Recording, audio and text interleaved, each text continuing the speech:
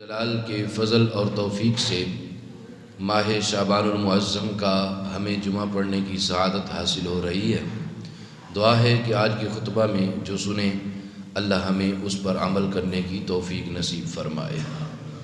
کسی بھی معاشرے کا حسن اور معاشرے کی خوبصورتی ہوتی ہے وہ اس کے افراد کی وجہ سے ہوتی ہے۔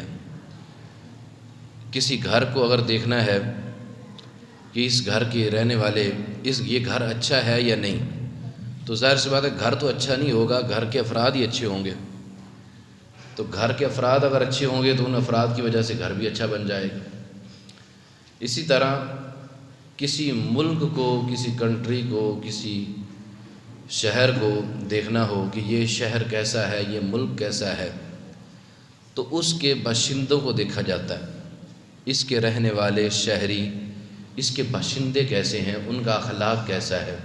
اگر ان کا اخلاق اچھا ہے تو شہر کو لوگ اچھا سمجھیں گے، اور اگر ان کا کردار برا ہے تو کہیں گے یہ شہر اور یہ شہری سارے کے سارے ہی برے ہیں۔ ہمارے نبی کریم صلی اللہ تعالی علیہ وآلہ وسلم کائنات کی خوبصورت ترین ہستی ہیں، یعنی آپ اتنی خوبصورت ترین ہستی ہیں کہ آپ کو ہمارے لیے حکم ہے کہ ہم آپ علیہ السلام کو نمونہ بنائیں، آپ کو رول ماڈل بنائیں، آپ کو آئیڈیل بنائیں، آپ کو دیکھ کر اپنی زندگی گزاریں، آپ کے نقش قدم پر ہم چلیں۔ کیوں؟ ان کی خوبصورتی کی وجہ سے معاشرہ خوبصورت ہو گیا، ان کے اخلاق کی وجہ سے معاشرہ مہک اٹھا۔ تو اگر آج ہم بھی ان کے اخلاق پر عمل کریں گے، ان کی سیرت پر چلیں گے، تو پھر ہمارا معاشرہ بھی مہک اٹھے گا، ہمارا معاشرہ بھی خوبصورت بن جائے گا۔ نبی کریم صلی اللہ تعالی علیہ وآلہ وسلم نے ساری زندگی رہتے ہوئے جتنی بھی آپ نے بظاہر حقیقی زندگی، تو اب آپ کی زندگی ہے جو ظاہری زندگی تھی، جو آپ نے اس دنیا میں گزاری تقریباً 63 سالہ زندگی، تو وہ آپ نے اس انداز سے گزاری کہ آپ کے زندگی مبارک کا ہر لمحہ ان لمحات میں سے کسی بھی لمحے کی اگر کوئی پیروی کرنا چاہے تو وہ ہر لمحے کو فالو کر کے کامیابی حاصل کر سکتا ہے۔ وہ آپ کی ہر سنت پر عمل کر کے آپ کے ہر فعل کو، آپ کی ہر سیرت میں سے جتنے بھی آپ کے کردار ہیں ان میں سے کسی بھی کردار کو فالو کر کے، آپ کی کسی بھی سنت پر عمل کر کے وہ کامیابی کی راہ پر چل سکتا ہے۔ اس وقت ہمارے معاشرے کے اندر جو کرداری حیثیت اور جو اخلاقی حیثیت پائی جا رہی ہے وہ دیکھیں تو سر شرم سے جھک جاتا ہے۔ یعنی نیچے والا طبقہ دیکھ لیں یا اوپر والا طبقہ دیکھ لیں، سیاسی دیکھ لیں یا سماجی دیکھ لیں، عوام دیکھ لیں یا حکمران دیکھ لیں، جو بھی جس شعبے پر بھی نظر دوڑاتے ہیں کردار کی دھجیاں اڑائی جا رہی ہیں۔ کردار نام کی کوئی چیز نہیں ہے، حضور علیہ السلام کی سنتوں نام کی کوئی چیز نہیں ہے۔ آپ نے جس اخلاق کا ہمیں حکم دیا اور جس اخلاق کو خوبصورت اخلاق کہا جا سکتا ہے، وہ اخلاق آج ہمارے اندر دور دور تک بھی نظر نہیں آتا ہے۔ اب یہ ہوتا کیا ہے؟ یہ بڑی سمجھنے والی بات ہے۔ ایک ہے ہمارا ضمیر، ہمارے اندر کا انسان۔ جس وقت یہ اندر کا انسان بدلتا ہے، یہ انسان کا ضمیر بدلتا ہے، تو اس وقت یہی ضمیر انسان کی زندگی کو بدل کے رکھ دیتا ہے۔ اور اگر یہی ضمیر اگر مر جائے، غیرت اور بغیرت ان دونوں میں فرق محسوس نہ کرے، اچھائی اور برائی میں فرق محسوس نہ کرے، تو اس وقت پھر جو برا ہوتا ہے وہ بھی اچھا لگنے لگ جاتا ہے، اور وہ اپنے طور پر یہ سوچتا ہے انسان کہ شاید میں تو ایک اچھائی والا کام کر رہا ہوں، اور اس برائی میں سے وہ اچھائی والے کام ڈھونڈنے کی کوشش کرتا ہے، اچھائی کی نشانیاں تلاش کرتا ہے کہ دیکھیں یہ بھی تو اس میں اچھائی پائی جا رہی ہے، یہ بھی تو اس میں اچھائی پائی جا رہی ہے۔ ایک ڈاکو ہو، ڈاکو وہ لوگوں سے مال لوٹے اور کہے کہ میں غریبوں میں تقسیم کر دیتا ہوں، تو کیا وہ چھوٹ جائے گا؟ نہیں چھوٹے گا۔ کیوں؟ اس کی بنیاد ہی بری ہے۔ وہ جو اس نے اپنے عمل کی بنیاد بنائی ہے وہ چوری ہے، اور چوری ایک سخت حرام کبیرہ گناہ ہے، سخت ترین گناہ ہے۔ تو ایک سخت حرام کام کا ارتکاب کر کے تو اس حرام کام سے بندہ کیسے اچھے عمل کی نیت کر سکتا ہے؟ بندہ کیسے اچھائی نکال سکتا ہے کہ میرا یہ کام اگرچہ چلو برا ہے، میں اس کو اس طور پر کر رہا ہوں تو یہ اچھا عمل بھی تو ہے۔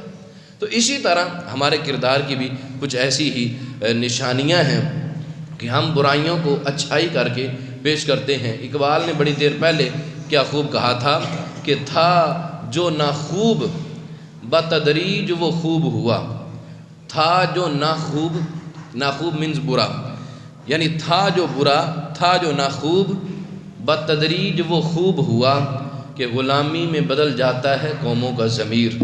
جس وقت ایک قوم اپنے آپ کو سلیوری کی زندگی میں سمجھتی ہے، سلیوری مینز غلامی کی زندگی میں اپنے آپ کو سمجھتی ہے، اور یہ کہتی ہے کہ ہم نے تو اب ساری زندگی غلام ہی رہنا ہے، اور آزادی والا کوئی بھی عمل کرنا وہ پسند ہی نہیں کرتی ہے، وہ اپنے آپ کو غلامی سے نکالنا ہی نہیں چاہتی ہے۔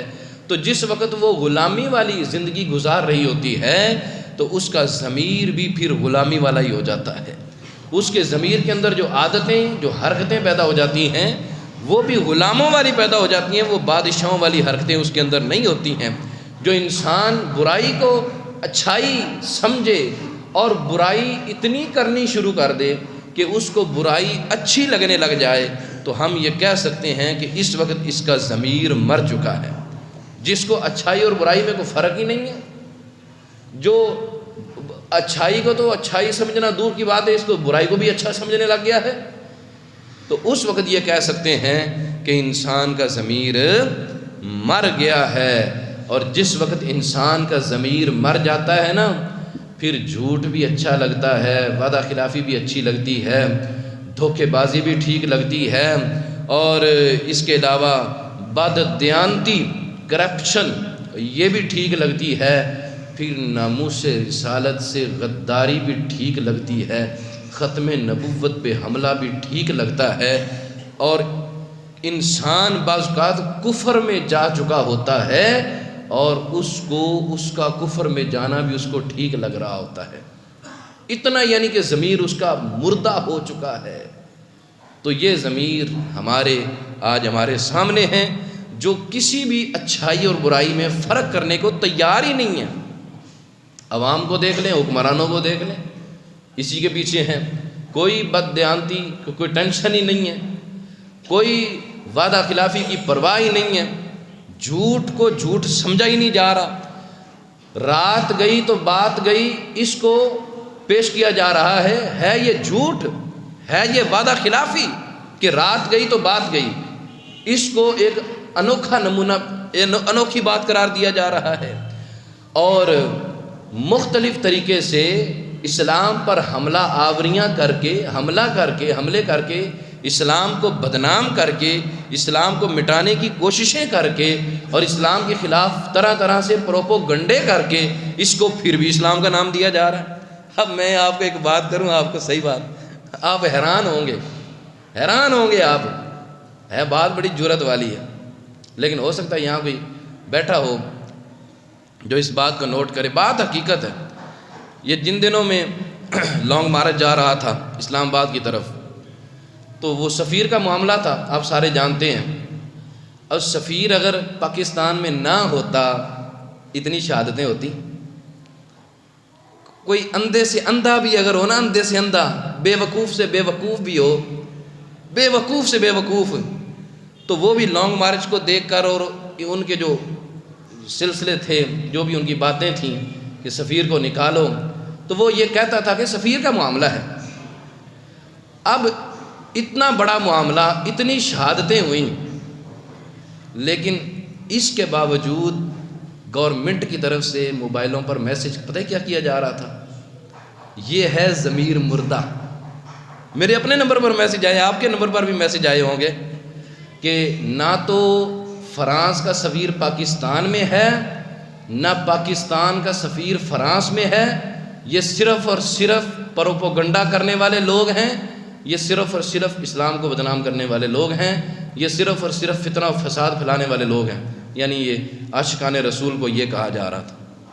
یار مجھے بتائیں اس سے بھی کوئی بڑے مردے والی بات ہوگی؟ مردہ ضمیر ہو چکا ہے اور بھائی اندھے کو بھی نظر آ رہا ہے کہ یہ سلسلہ کیا ہو رہا ہے. اس کے باوجود یہ کہنا کہ سیدھا سیدھا جھوٹ، سیدھا سیدھا جھوٹ. پتہ نہیں وہ کس نے یہ حکم دیا تھا کہ یہ میسج کرو، یہ میسج چلاؤ. تو یہ ہے کہ ہمارا ضمیر مردہ ہو چکا ہے اور کوئی اس پر بات کرنے کو تیار بھی نہیں ہے کہ حیا کرو، شرم کرو. آپ ہماری گورنمنٹ ہیں، آپ کیسے اس طرح کا جھوٹا میسج چلا سکتی ہیں؟ کسی کی کوئی پرواہ نہیں ہے آپ کو. اب یہ پتہ نہیں کس کی جھولی میں بیٹھ کر یہ میسج کیا جا رہا تھا. تو بات اصل میں یہ ہے کہ جب ضمیر مردہ ہو جائے تو پھر بری بات بھی اچھی چیز نظر آتی ہے. تو آج جس چیز کی ضرورت ہے میرے بھائی وہ ضمیر کی بیداری ہے. اگر یہ ضمیر کی بیداری ہو جاتی ہے تو پھر تو مسلمان ہر ایک پہ بھاری ہے. اور اگر تیرا ضمیر مردہ ہو جاتا ہے پھر غداری ہے، مکاری ہے. اس لیے آج اس کو بیدار کرنے کی ضرورت ہے. عوام بیچاری تھوڑا سا بیدار کرتی ہے تو حکمران پھر ان کو سلا دیتے ہیں، تم سوئے رہو چپ کر کے، ہم ہیں نا بے غیرت قسم کے انسان، ہم کر رہے ہیں جو کرنے دیں ہمیں. تو عوام بھی پیچھے لگی ہوئی ہے. آج اس ضمیر کو بیدار کرنے کی ضرورت ہے. اور غلامی میں رہ کے ہمارا جو ماحول اور مزاج ہے وہ بھی غلاموں والا بن گیا ہے. ہم کہتے ہیں ہم نے یوں ہی زندگی گزارنی ہے تو ہم نے یوں ہی گزارنی ہے. مہنگائی کے خلاف کون نکلتا ہے باہر؟ کون نکلا ہے؟ ساری قوم باہر آ گئی ہے؟ نہیں باہر آئی. پاکستان کے اندر کتنے سارے معاملات خراب ہو رہے ہیں، اسلام کے اوپر کتنے حملے ہو رہے ہیں، کون باہر نکل رہا ہے؟ یہ چند کروڑوں میں سے چند باہر نکل آئے تو کیا فرق پڑ جاتا ہے؟ کوئی فرق نہیں پڑے گا، ان کے کان میں جوں نہیں رینگتی ہے. تو بات اصل میں یہ کہ ضمیر مردہ ہو چکا ہے. ٹھیک ہے جی، جیسا ہوتا ہے ہوتا رہے، ہمیں کیا پرواہ ہے. لیکن یہ تو آخرت میں پتہ چلے گا نا کہ جیتا کون اور ہارا کون. یہ تو آخرت میں پتہ چلے گا ضمیر کس کا زندہ تھا اور ضمیر کس کا مردہ تھا. یہ اس وقت پتہ چلے گا جب رب قہار و جبار تمہارے نامہ اعمال میزان پر رکھے گا اور تمہیں اس رب قادر، رب قہار و جلال کے سامنے کھڑے ہو کر حساب دینا پڑے گا. یہ اس وقت پتہ چلے گا. تو خیر بہت ساری باتیں ہیں جو ایک معاشرے کو خوبصورت چیز بنا سکتی ہے، وہ ہے دیانت داری.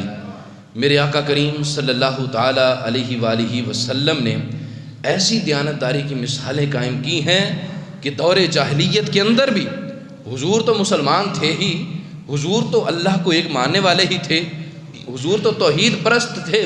لیکن جس وقت یہ کفار کو معلوم نہیں تھا کہ یہ نبی آخر الزماں ہیں، اس وقت بھی حضور نے اپنے کردار سے ایسی اعلیٰ مثالیں پیش کی تھیں کہ جو دشمن ہوتے تھے وہ بھی آپ کو دیانتدار سمجھتے تھے، وہ بھی اپنی امانتیں آپ کے پاس رکھتے تھے. اور دیکھیں تو صحیح، جس وقت ہجرت کا موقع ہے حضور ہجرت فرما رہے ہیں. اور ہجرت کی بنیاد کیا ہے؟ ہجرت کیوں فرمائی جا رہی ہے؟ ظاہر سی بات ہے کفار کا فتنہ، اس وجہ سے ہجرت. لیکن دیکھیں ایک طرف سخت جان کے دشمن ہیں اور دوسری طرف انہی کی امانتیں حضور کے پاس پڑی ہوئی تھی. دوسری طرف وہی حضور کو ایک طرف دشمن ہیں، دشمن سمجھنے کے باوجود پھر بھی امین و صادق الامین سمجھ رہے ہیں. یہ ہے دیانت داری. تو حضور علیہ الصلوۃ والسلام نے اتنی دیانت داری کی اعلیٰ مثال قائم کی ہے کہ جس کا کوئی مثال نہیں دی جا سکتی ہے. حضور نبی کریم صلی اللہ تعالیٰ علیہ وآلہ وسلم نے بد دیانتی، اس کو کرپشن بھی کہہ سکتے ہیں، حضور علیہ الصلوۃ والسلام نے دیانت داری کا کتنا اعلیٰ حکم ارشاد فرمایا. صحابہ کرام کے درمیان موجود تھے. حضور علیہ الصلوۃ والسلام نے فرمایا، جس کا مفہوم یہ ہے، فرمایا کہ ہم نے جس کے ذمہ کوئی ذمہ داری سپرد کی ہے، چاہے وہ کوئی مسجد کا ذمہ دار ہے، چاہے وہ کوئی محلے کا چودھری ہے، چاہے وہ کوئی ایک علاقے کا ذمہ دار ہے، چاہے وہ کوئی پورے پاکستان کا ذمہ دار ہے یا پوری دنیا کا ذمہ دار ہے، جس کو ہم نے کوئی بھی ذمہ داری سپرد کی ہے، مفہوم یہ ہے کہ جس کو کوئی ذمہ داری دی گئی اور اس نے اس کے اندر ایک سوئی کے برابر یا اس سے زیادہ کوئی بھی چیز چھپائی، کوئی بھی چیز ہم سے چھپائی، یعنی کرپشن کی، تو یہ خیانت ہوگی جو وہ قیامت کے دن لائے گا اور اس کا وہ حساب دے گا، ایک ایک سوئی کا حساب دے گا۔ صحابہ کرام ڈر گئے۔ ایک انصاری صحابی حضور کی بارگاہ میں عرض ہوئے، یا رسول اللہ صلی اللہ علیہ وآلہ وسلم، آپ نے جو بات ارشاد فرمائی ہے، مجھ پر خوف خدا اتنا طاری ہو گیا ہے کہ یہ ذمہ داری مجھ سے واپس لے لیجیے، میں اس ذمہ داری کو قبول نہیں کر سکتا، اتنی سخت وعید ہے۔ حضور نے فرمایا تم ذمہ داری واپس کرنا چاہتے ہو تو کر دو، لیکن بات میں پھر بھی وہی کہوں گا، جو ایک سوئی کے برابر بھی چیز چھپائے گا، ایک سوئی کے برابر بھی کرپشن کرے گا، قیامت کے دن اس سے اس کا حساب لیا جائے گا۔ اور بد عہدی کو لے لیں، عہد کی پاسداری کرنا یہ ہمارے اسلام کا قانون ہے، ہمارے اسلام کا درس ہے، اور بد عہدی کرنا یہ ہماری حکومت کا قانون ہے، معذرت کے ساتھ، اور یہ ہمارا شعار بن چکا ہے۔ کیا بد عہدی کرنا؟ چھوٹے طبقے میں دیکھ لیں، میڈیم طبقے میں دیکھ لیں، بڑے طبقے میں دیکھ لیں، جس شعبے میں مرضی نظر دوڑائیں، وعدہ خلافی تو ہر جگہ پائی جا رہی ہے، بد عہدی تو ہر جگہ پائی جا رہی ہے، بد عہدی، وعدہ خلافی کرنا۔ حضور صلی اللہ تعالیٰ علیہ وآلہ وسلم زمانہ جاہلیت کے اندر حضور علیہ السلام کے ایک صحابی ہیں، وہ کہتے ہیں کہ آپ صلی اللہ تعالیٰ صحابی ہیں، حضرت عبداللہ بن ابو الحمصہ، یہ صحابی ہیں، کہتے ہیں میں بھی اس وقت مسلمان نہیں ہوا تھا، میرا حضور کے ساتھ ایک معاہدہ ہوا، تو کچھ پیسے حضور کے میرے اوپر رہتے تھے، میں نے حضور کے پیسے دینے تھے، تو میں نے عرض کیا آپ ادھر ٹھہریے، میں گھر جاتا ہوں اور پیسے لے کر آتا ہوں۔ وہ شخص گیا اور اس کو بھول گیا کہ میں نے کسی کو کچھ پیسے بھی دینے ہیں۔ کہتے 3 دن تک میں بھولا رہا، 3 دن کے بعد مجھے یاد آیا وہ تو میں نے ایک شخص کو وہاں روک کے آیا تھا اور اس کے میں نے پیسے دینے تھے۔ کہتے ہیں وہ صحابی کہتے ہیں میں 3 دن کے بعد پیسے لے کر وہاں پر گیا تو حضور وہاں پر ہی جلوہ فرما تھے۔ حضور علیہ السلام نے فرمایا کہ اے نوجوان، تو نے ہمیں بہت مشقت میں ڈال دیا تھا، تو وہ صحابی کہتے ہیں میں اپنا وعدہ بھول گیا تھا، لیکن حضور اس وعدے کی پاسداری کرتے ہوئے 3 دن تک وہاں رہ کر میرا انتظار کرتے رہے تھے۔ یہ ہمارے لیے اسلام کی تعلیم ہے۔ یہ حضور، حالانکہ 3 دن کوئی آسان ہے؟ 3 دن کسی کا، الانتظار اشد من الموت، انتظار تو موت سے زیادہ سخت ہوتا ہے۔ آج تو کسی سے 5 منٹ نہیں ویٹ ہو سکتا، 5 منٹ نہیں انتظار کر سکتے، جنازے پر چلے جائیں تو 2 منٹ نہیں انتظار کر سکتے، مولوی صاحب جنازہ پڑھاؤ، اور 3 دن انتظار کرنا کوئی کم ہے؟ لیکن میرے حضور علیہ السلام نے امت کو تعلیم دیتے ہوئے کہ وعدے کی پاسداری تم نے کس طرح سے کرنی ہے، 3 دن وہاں رہ کر اس شخص کا انتظار کیا۔ پیسے دینے نہیں تھے، پیسے لینے تھے، معاف کر کے چلے آتے تو پھر کیا ہوتا؟ معاف کر دیتے، ٹھیک ہے میں نے اس کو پیسے معاف کیے، گھر آ جاتے۔ حضور تو بانٹنے والے تھے نا، لیکن وعدہ تھا کہ 3 دن، وعدہ تھا کہ انتظار کروں گا، آ جاؤ۔ اس وعدے کی پاسداری کی وجہ سے 3 دن اس کا انتظار کرتے رہے۔ آج ہر شعبے میں دیکھ لیں، ٹائم مختصر ہے، ہر شعبے میں دیکھ لیں، درزی کو دیکھ لیں، دھوبی کو دیکھ لیں، جناب جس شعبے میں مرضی دیکھ لیں، جتنے بھی کام کاج کرنے والے ہیں، سلائی کڑھائی والے کو دیکھ لیں، بڑی کو دیکھ لیں، درخان کو دیکھ لیں، لوہار کو دیکھ لیں، جس کو مرضی دیکھ لیں، چیز دودھی کو دیکھ لیں، پیسے دینے، پیسے بھی موجود ہیں، لیکن کہے گا نہیں ہے پیسے پھر لے لینا۔ سوٹ تیار کر سکتے تھے لیکن فضول بیٹھے رہے، وعدہ خلافی کرتے رہے، 2 3 دن 10 دن دھکے کھلاتے ہیں دکانوں کے، پھر جا کے۔ اور ڈاکٹر کو دیکھ لیں، ڈاکٹری شعبے میں وہاں پر انتظار کرواتے ہیں لائنوں میں، موبائلوں پر لگے ہوئے ہیں اور وہاں پر اپنے کاپی گپوں میں مصروف ہیں۔ اجارے کا ٹائم ہے ان کا، تنخواہ کا ٹائم ہے، تنخواہ گورنمنٹ ان کو دے رہی ہے، لیکن کہہ رہے ہیں چلو کل آنا، پرسوں آنا۔ ایک بندہ بھاولپور سے چل کے آیا ہے، ایک بندہ دنیا پور سے چل کے آیا، بھاول نگر سے چل کے آیا، ملتان سے چل کے آیا، اور اس بے حیا کو کوئی فکر نہیں ہے، یہ آفس میں بیٹھا ہے، کہتا ہے تمہارا کام نہیں ہوا تم کل آ جانا، حالانکہ 5 منٹ کا کام ہو سکتا ہے، 5 منٹ میں کم ٹائم لگے، لیکن اس کو کوئی فکر نہیں ہے یہ انسان اتنا سفر کر کے آیا ہے، اس کے پاس کرایہ بھی ہے یا نہیں ہے، یہ رہے گا کہاں پہ؟ کوئی فکر ہی نہیں ہے. بد عہدی اتنی عام ہو چکی ہے، بد عہدی کریں گے تو پھر خسارہ ہوگا یا پھر ہم عروج پائیں گے. 4 نشانیاں منافق کی ہوتی ہیں. منافق کے کوئی سینگ نہیں لگے ہوتے کہ یہ سینگ لگے ہیں یہ منافق ہیں، علامتیں ہیں. حضور نے فرمایا 4 نشانیاں ہیں، اور ان میں سے ایک نشانی یہ ہے کہ جب وہ وعدہ کرے تو وعدہ خلافی کرے. تو منافق تو بن گئے نا ہم صاحب، کیونکہ وعدہ وفا کرنے کی تو ہمارے اندر کوئی وہ بات ہی نہیں رہی ہے ایسی کہ ہم وعدہ وفا کریں. جب ہم اس اسلامی تعلیم سے اتنا پیچھے جا چکے ہیں، اتنا پیچھے جا چکے ہیں کہ کوئی پرواہ ہی نہیں ہے کہ وعدہ خلافی کی جا رہی ہے، تو پھر ہم کیسے اپنے آپ کو مسلمان کہہ سکتے ہیں؟ ہم کیسے کہہ سکتے ہیں کہ ہم پریشانیوں میں مبتلا نہ ہوں؟ ہم کیسے کہہ سکتے ہیں کہ ہمارے اوپر مہنگائی کا زور نہ آئے؟ ہم کیسے کہہ سکتے ہیں کہ ہمارے اوپر ظالم حکمران مسلط نہ ہو؟ رب فرماتا ہے جو بھی تمہارے اوپر پریشانیاں آتی ہیں، جو تمہارے اپنے ہاتھوں کا کیا ہوا ہے، اور بہت کچھ تو ہم پھر بھی معاف کر دیتے ہیں. یہ رب کہتا ہے تمہارے اپنے ہاتھوں کا کیا ہوا ہے اور بہت کچھ تو پھر بھی ہم معاف کر دیتے ہیں. تو اپنے وعدوں کی پاسداری کریں. وعدے کی جو پابندی کرتا ہے نا، وعدے کی پاسداری کرتا ہے، لوگ اس پر اعتماد کرتے ہیں، لوگ اس پر بھروسہ کرتے ہیں. بعض کا لوگ اس کے ساتھ لکھائی والا معاملہ بھی نہیں کرتے، اس کے اوپر اعتماد کر کے اس کے پیسے سپرد کر دیتے ہیں. آج کسی کو قرض دے دیں، بعد میں بھیک مانگنی پڑتی ہے کہ یار میرے پیسے دے دو، خدا کے لیے میرے پیسے دے دو. میرے ساتھ کبھی ایسا کرتا ہے کوئی، ظاہر سی بات ہر انسان کے ساتھ ایسا معاملہ پیش آتا ہے کسی سے پیسے لینے دینے، تو میں ایک بات کرتا ہوں کہ آپ نے اپنا کردار بتا دیا ہے کہ آپ کتنی کو وعدے کی پاسداری کرنے والے ہیں. ایک عالم دین نے پیسے لیے، تھوڑا سا آگے پیچھے ہو گئے، میں نے کہا ہمارا منصب اس بات کی اجازت نہیں دیتا کہ آپ وعدے کی خلاف ورزی کریں. اس کے بعد دل پیس ہو رہی ہو، شام کو اس نے پیسے دے دی. تو بات یہ ہے کہ ہم مسلمان ہیں، ہم نان مسلم نہیں ہیں، مسلمز وی مسلمز، ہم مسلمان ہیں. ہماری تہذیب، ہمارا کلچر، ہمارا جو اسلام ہے، ہمارا دین ہے، ہمیں اس بات کی اجازت نہیں دیتا کہ ہم وعدے کی خلاف ورزی کریں.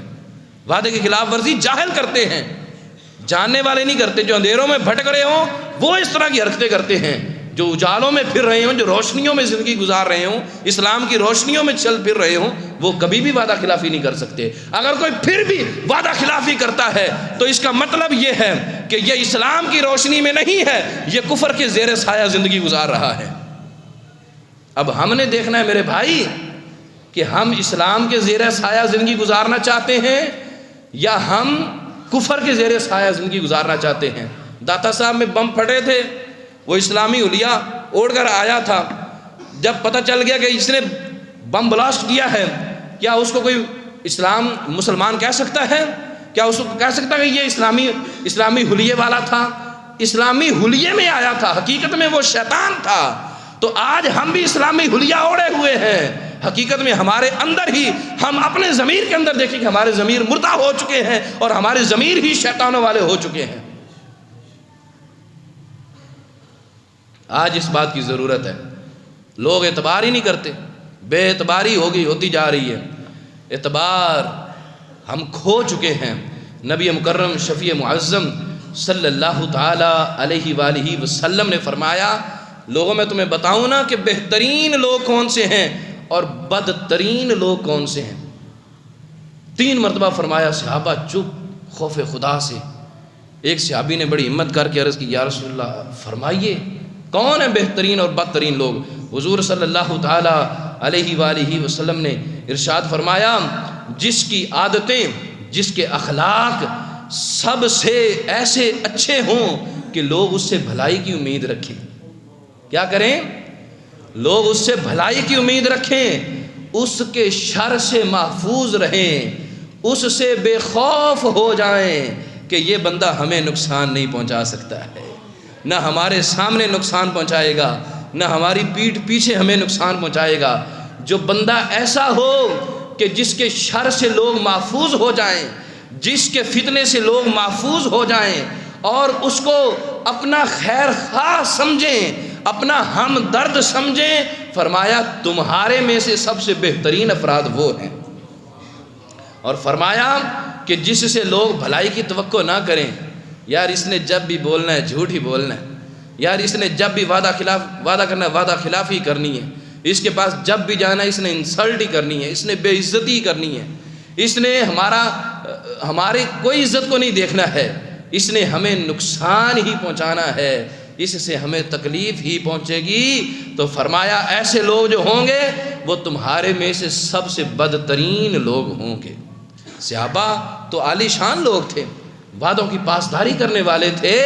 یہ کون تھے جن کے بارے میں حضور فرما رہے تھے؟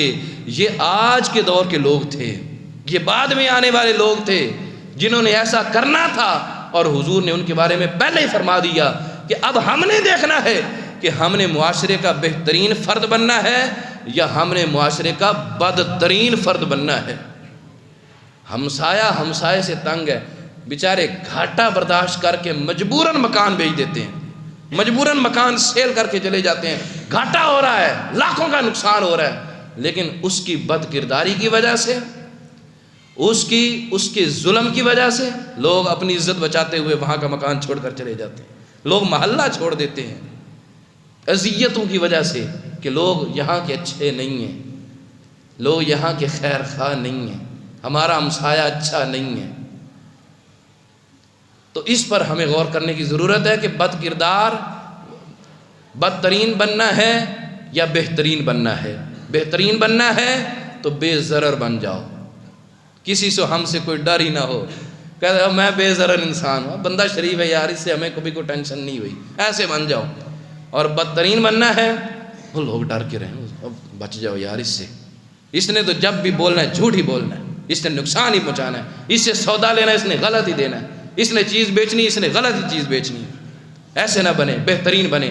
جھوٹ کتنا عام ہو چکا ہے، جھوٹ کے بارے میں بھی 4 منافق کی نشانیاں ہیں۔ جب بھی بولے تو جھوٹ ہی بولے، یہ بھی منافق کی نشانی ہے۔ ہم نے اس میں دیکھنا ہے کہ ہم کہیں منافقت والی ہمارے اندر یہ نشانی تو نہیں پائی جا رہی۔ آج کل جھوٹ کو یو ٹرن کا نام دے دیا گیا ہے، نیا لفظ آ گیا یو ٹرن۔ جھوٹ کو اتنا اہمیت دی جا رہی ہے، فر جھوٹ بولے جا رہے ہیں، اور کوئی پتہ ہی نہیں ہے کہ اس جھوٹ کی وجہ سے میری آخرت برباد ہو رہی ہے۔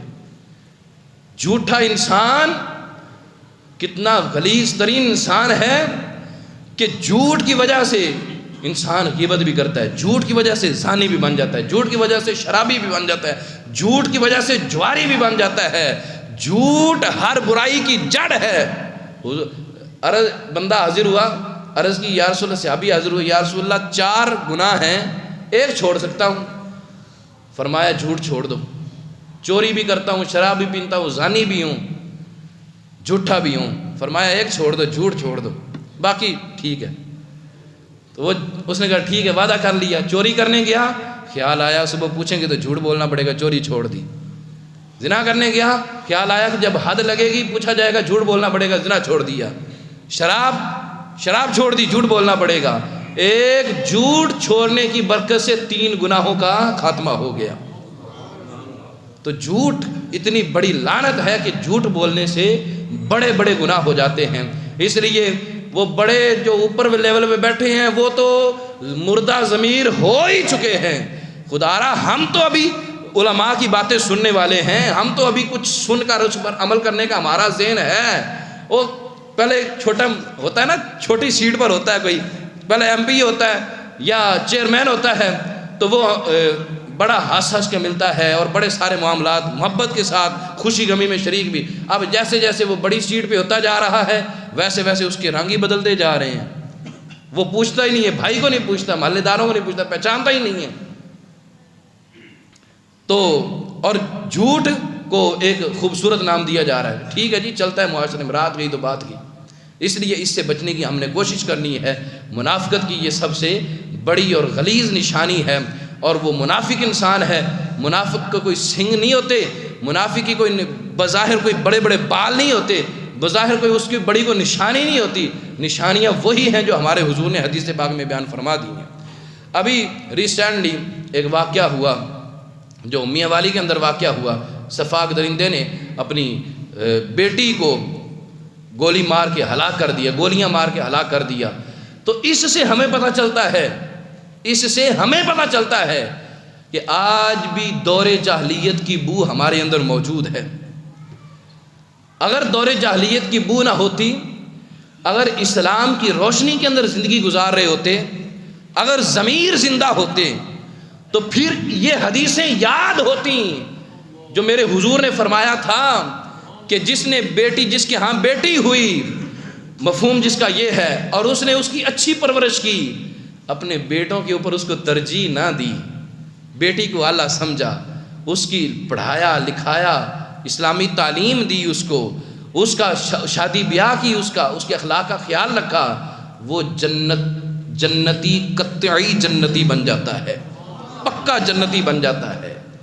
اور حضور کی، اور پھر جہنم، آج جہنم میں تو جانے والے ہمارے اعمال ہیں، لیکن جہنم سے حجاب اگر چاہتے ہیں، جہنم سے آڑ بن جائے ہمارے لیے کوئی چیز، جہنم جانے سے ہمیں کوئی چیز روک دے، آئیے حضرت سیدہ عائشہ پاک فرماتی ہیں کہ ایک عورت آئی سوال کرنے کے لیے، 2 بچیاں تھیں اس کے ساتھ، تو میرے پاس صرف ایک چھوارا تھا، میں نے اس کو دے دیا، اس نے آدھا کیا، آدھا اس کو دے دیا، آدھا اس کو دیا، اور وہ چلی گئی۔ تو حضرت سیدہ عائشہ پاک فرماتی ہیں رضی اللہ تعالی عنہا کہ میں نے حضور سید عالم صلی اللہ تعالی علیہ وسلم کی بارگاہ اقدس میں یہ جب واقعہ عرض کیا، جب سارا ماجرا سنایا، تو نبی کریم صلی اللہ تعالی علیہ وسلم نے ارشاد فرمایا من یلی من هذه البنات شیئا فاحسن الیہن کن له سترا من النار، فرمایا جو شخص بیٹیوں کی آزمائش میں مبتلا ہو گیا، بیٹیاں بھی آزمائش، ان کا خیال رکھنا پڑتا ہے، بڑی ہو جائیں تو پردے داری کا خیال، عزت کا خیال، سب کچھ، جو بیٹیوں کی آزمائش میں مبتلا ہوا اور اس نے ان بیٹیوں کے ساتھ اچھا سلوک کیا، تو یہی بیٹیاں جہنم میں جانے سے رکاوٹ بن جائیں گی۔